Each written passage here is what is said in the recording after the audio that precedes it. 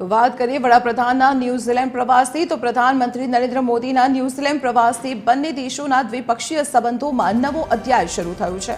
Oakland પહોંચતા જ ન્યૂઝીલેન્ડના વડાપ્રધાન ક્રિસ્ટોફર લક્સનની પીએમ મોદીનું ભવ્ય સ્વાગત કર્યું હતું। ત્યારબાદ બંને વૈશ્વિક નેતાઓ વચ્ચે યોજાયેલી ઉચ્ચ સ્તરીય બેઠકમાં દ્વિપક્ષીય વેપાર, રોકાણ અને સંરક્ષણ ક્ષેત્રે મહત્વપૂર્ણ વાટાઘાટો થઈ હતી।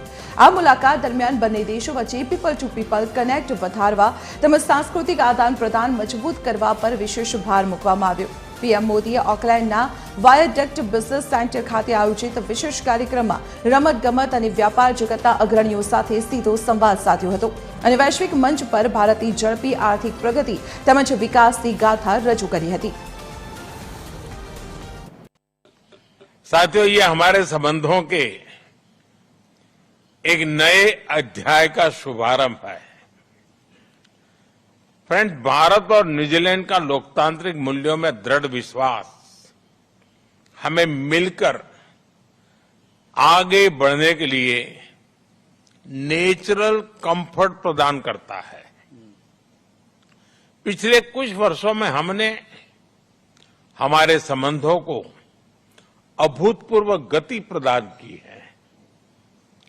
आज की बैठक में हमने हमारे सहयोग को नई गहराई और व्यापकता देने पर विस्तार से चर्चा की। हमने भारत न्यूजीलैंड संबंधों को स्ट्रेटेजिक पार्टनरशिप के स्तर पर ले जाने का ऐतिहासिक निर्णय लिया है।